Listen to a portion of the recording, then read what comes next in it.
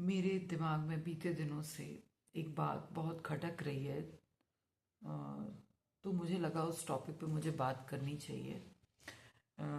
मैं एक बार अभी बीते कुछ समय पहले कहीं गई थी, छोटी मोटी गैदरिंग में गई थी। तो वहाँ पे मैंने एक व्यक्ति को बात करते सुना दूसरे व्यक्ति से। वो बड़े प्राउडली बता रहे थे अपने मित्र को कि आज तो मैडम ने वॉशिंग मशीन खरीदी है, फुल्ली ऑटोमेटिक। तो मैंने उनसे अपनी मैडम से कहा कि भाई सेमी ऑटोमेटिक ले लो, फुल्ली ऑटोमेटिक की क्या ज़रूरत है। पर मैडम ने तो कहा कि नहीं, मैं तो फुल्ली ऑटोमेटिक लूँगी।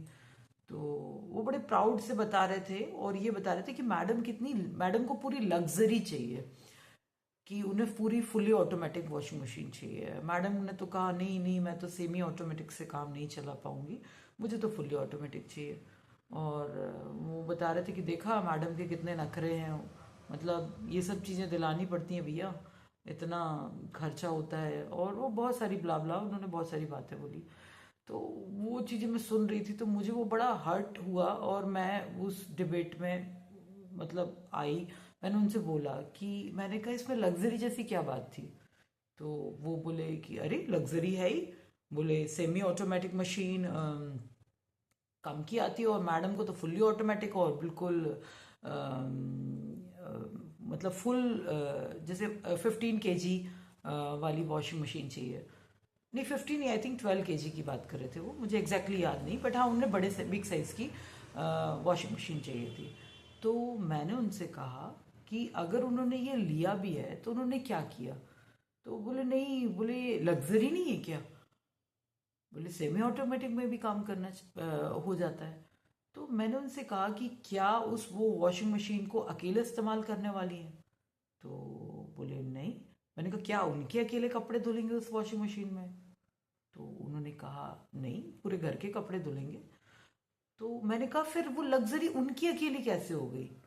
हाँ, एक उन्होंने एक ऐसी मशीन ली है जिसके कारण उनका एफर्ट, इनका काम रिड्यूस होने वाला है।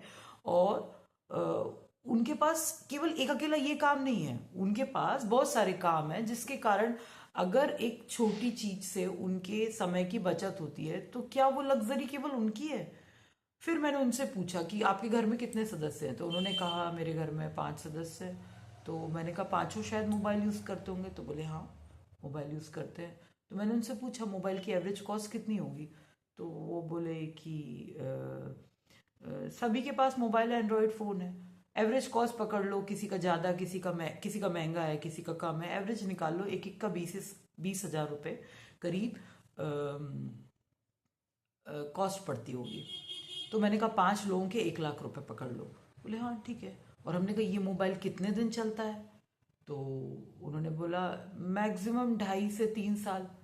मैंने कहा एक मोबाइल 2.5 से 3 साल चलता है जिसकी एवरेज कॉस्ट 20 हजार रुपये है, और उसको आप हर 3 साल में 20 हजार दे के, एवरेज कॉस्ट दे के आप मोबाइल खरीदते हो। जबकि बात तो छोटे डब्बे में भी हो सकती है, वो कीपैड वाले मोबाइल में, पर फिर भी आपको एंड्रॉयड चाहिए। वेल गुड, अच्छी बात है, बट वो लग्जरी नहीं है। अगर वाइफ ने बड़ी वॉशिंग मशीन ले ली जिसमें पूरे घर के कपड़े धुलने वाले हैं और उसकी मेहनत कम होने वाली है, तो वो लग्जरी है। मतलब मुझे समझ में नहीं आता, क्योंकि वो वॉशिंग मशीन दिखने में बड़ी है तो वो एक लग्जरी का, हमारा माइंड सेट है वो लग्जरी का पार्ट हो गया। और फोन छोटा है तो वो लग्जरी नहीं है। मतलब कोई 40 हजार का फोन इस्तेमाल कर रहा है जिसकी वैल्यू, मतलब जो मुश्किल से 2.5 से 3 साल चल रहा है, और उसको आपने एक नेसेसिटी का पार्ट बना दिया। वो नेसेसरी पार्ट है कि फोन तो लगता ही है ना। तो भाई वॉशिंग मशीन भी तो लगती है, कपड़े भी तो घर वालों के ही धुलने हैं, कि पड़ोस वालों के लाके थोड़ी ना वाइफ घर में कपड़े धोने वाली है। पर लोगों का माइंड सेट है, अगर वाइफ ने इस चीज की डिमांड कर दी कि मुझे मेरा काम, मैं थकने लगी हूँ कि यार अब मैं सेमी ऑटोमेटिक वॉशिंग मशीन से मतलब कपड़े मेरे को धुलने में दिक्कत होती है, तो मुझे फुल्ली ऑटोमेटिक चाहिए। तो हस्बैंड सबको बता रहे हैं कि वो लग्जरी लग्जरी। यार लग्जरी क्या होती है यार, आप ही के कपड़े धुलने हैं, आप ही के बच्चों के कपड़े धुलने हैं, वो लग्जरी होगी। तो हमें अपनी ना ये सोच बदलनी चाहिए। और महिलाओं से एक रिक्वेस्ट है कि अपनी कीमत खुद करनी चाहिए। क्योंकि मुझे पता है 40 के बाद सबके घुटने, सबकी कमर, कैल्शियम डेफिशिएंसी होने ही लगती है सबको, तो वो आपकी बोलने वाली, घुटने कमर आपके बोलने वाले हैं। और फिर लोग आपको करने कोई नहीं वाला, करने वाली आप खुद ही हो। अगर अपनी केयर आज नहीं करोगी तो अ, वो बस एक वो बन के रह जाओगी कि यार इनकी तो घुटना खराब है, इनकी तो कमर खराब है। तो कहने दो जिसको जो कहना है, पर अगर अपने शरीर को बचाने के लिए कुछ ऐसे टूल्स जो आप परचेस कर सकते हैं, मैं ये नहीं कह रही कि हर किसी को ये काम करना चाहिए। अगर आपकी हैसियत में है, आप इतने सारे फोन अफोर्ड कर सकते हो, तो एक वॉशिंग मशीन भी आप अफोर्ड कर ही सकते हो।